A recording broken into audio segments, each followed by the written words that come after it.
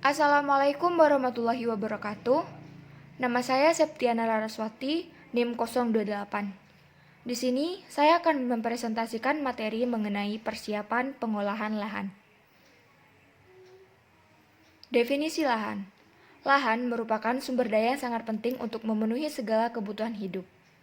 Lahan yang sesuai dengan kemampuannya merupakan lahan yang potensial. Namun, apabila peruntukan lahan tersebut tidak sesuai dengan kemampuannya, maka akan menyebabkan lahan tersebut berubah menjadi lahan kritis. Oleh karena itu, diperlukan pengelolaan lahan yang tepat sesuai dengan lokasi dan karakteristik lahan itu sendiri. Macam-macam lahan. Lahan sendiri terbagi atas 3 macam, yaitu lahan kering, lahan basah, dan lahan suboptimal. Yang pertama yaitu lahan kering.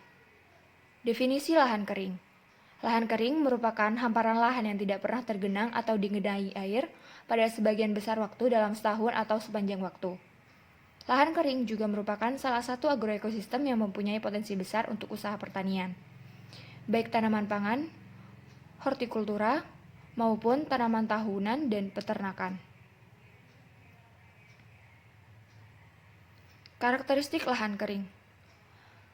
Lahan kering mempunyai karakteristik sebagai berikut, yaitu teksturnya cenderung kasar dan berpasir, struktur lapisan tanah pada tanah kering adalah granuler sampai membulat, berukuran halus sampai sedang dengan tingkat perkembangan masih lemah.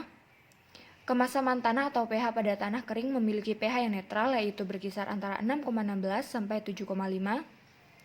Kandungan seorganik tanah pada tanah semakin menurun seiring dengan bertambahnya kedalaman tanah. Dan yang terakhir, jumlah kation basa cenderung rendah. Strategi pengelolaan lahan kering. Berikut ini merupakan beberapa strategi pengelolaan yang tepat pada lahan kering, yaitu 1. Identifikasi lahan yang sesuai. Cara yang dapat digunakan untuk mengidentifikasi lahan yang sesuai untuk pertanian, terutama lahan alang-alang dan semerbak belukar, adalah dengan menggunakan peta penggunaan lahan skala 1:250.000 yang ditumpang tepatkan dengan peta arahan tata ruang pertanian. Yang kedua, seleksi teknologi tepat guna. Teknologi pengelolaan lahan kering untuk pertanian tanaman pangan telah tersedia, baik teknologi konservasi tanah, peningkatan kesuburan tanah, pengelolaan bahan organik tanah, dan pengelolaan air. Dari sekumpulan teknologi tersebut, perlu diseleksi teknologi yang tepat guna sesuai dengan kondisi lahan dan petani. Oleh karena itu, perlu diketahui terlebih dahulu karakteristik lahan dan kondisi petani agar teknologi yang terpilih betul-betul efektif dan dapat diadopsi petani. Yang ketiga, yaitu diseminasi teknologi. Diseminasi dan adopsi teknologi pada umumnya berjalan lambat, termasuk teknologi pengelolaan lahan. Teknologi tersebut disebarkan melalui seminar, simposium, jurnal, serta media cetak dan elektronik. Namun, akses penyuluh apalagi petani ke media tersebut relatif terbatas, sehingga cara dan media penyampaian tersebut kurang efektif. Oleh karena itu, diperlukan metode diseminasi secara langsung kepada petani, yang lebih mendekatkan sumber teknologi dengan petani sebagai calon pengguna teknologi. Dan yang terakhir yaitu peningkatan penelitian pertanian lahan kering. Penelitian dan pengembangan pertanian lahan kering perlu mendapat perhatian yang lebih besar, termasuk pembiayaannya.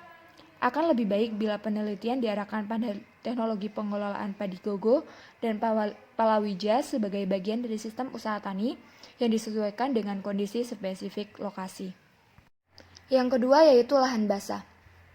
Definisi lahan basah. Lahan basah adalah istilah kolektif tentang ekosistem yang pembentukannya dikuasai air dan proses serta cirinya terutama dikendalikan air. Suatu lahan basah adalah suatu tempat yang cukup basah selama waktu cukup panjang bagi pengembangan vegetasi dan organisme lain yang teradaptasi. Khusus, lahan basah mencakup suatu rentangan luas habitat pedalaman, pantai, dan marin yang memiliki sejumlah tampakan sama. Lahan basah adalah wilayah rawa, lahan gambut, dan air baik alami maupun buatan. Karakteristik lahan basah. Berdasarkan tipologi ekosistemnya, lahan basah terdiri dari 2 macam, yaitu ekosistem air tawar dan ekosistem estuarin. Ekosistem air tawar terdiri dari air yang tenang seperti empang, rawa, kolam, dan air mengalir seperti sungai, dan sumber air. Sedangkan ekosistem estuarin terpengaruh adanya pasang surut air laut, contohnya payau, mangrove, rumput laut, dan laguna. Sedangkan berdasarkan pembentukannya, lahan basah dibagi menjadi dua, yaitu lahan basah alami dan lahan basah buatan seperti persawahan, tambak, dan kolam industri. Baik lahan basah alami maupun buatan ternyata keberadaannya sangat penting bagi ekosistem dunia. Bahkan, penduduk di beberapa bagian dunia sangat bergantung pada lahan ini. Contohnya adalah masyarakat Asia, yang sebagian besar hidupnya tergantung pada beras yang ditanam di lahan basah. Persiapan lahan basah. Persiapan lahan basah adalah pilihan untuk lahan dataran tinggi dan dataran rendah. Metode ini membutuhkan sejumlah besar air untuk menyiapkan lahan untuk penanaman dalam waktu dekat. Dengan metode ini, lahan cukup digarap dalam kondisi tergenang air. Yang ketiga atau yang terakhir adalah lahan suboptimal. Definisi lahan suboptimal. Lahan suboptimal merupakan lahan yang secara alamiah mempunyai produktivitas rendah disebabkan oleh kendala faktor internal atau intrinsik seperti bahan induk, sifat fisika, kimia, dan biologi tanah yang kurang mendukung pertumbuhan tanaman. Di samping itu, faktor eksternal seperti curah hujan dan suhu yang sangat ekstrim. Selanjutnya yaitu karakteristik lahan suboptimal. Lahan suboptimal memiliki sifat dan karakteristik yang beragam. Menurut Mulyani dan Sarwani 2013, bahwa yang menjadi dasar pembeda dalam penentuan kelompok lahan suboptimal ialah karakteristik tanah dan iklim. Secara umum, lahan suboptimal dapat dipilah menjadi lahan kering dan lahan basah. Lahan kering mencakup lahan kering masam dan lahan kering beriklim kering. Sementara lahan basah mencakup lahan rawa pasang surut, lahan rawa lebak, dan gambut. Strategi pemanfaatan lahan suboptimal. Strategi yang dapat dilakukan dalam pemanfaatan lahan suboptimal ke depan yaitu intensifikasi pada lahan pertanian existing dan perluasan areal pertanian baru atau ekstensifikasi dengan didukung oleh inovasi teknologi unggulan dan penyediaan infrastruktur dan sarana pertanian yang memadai.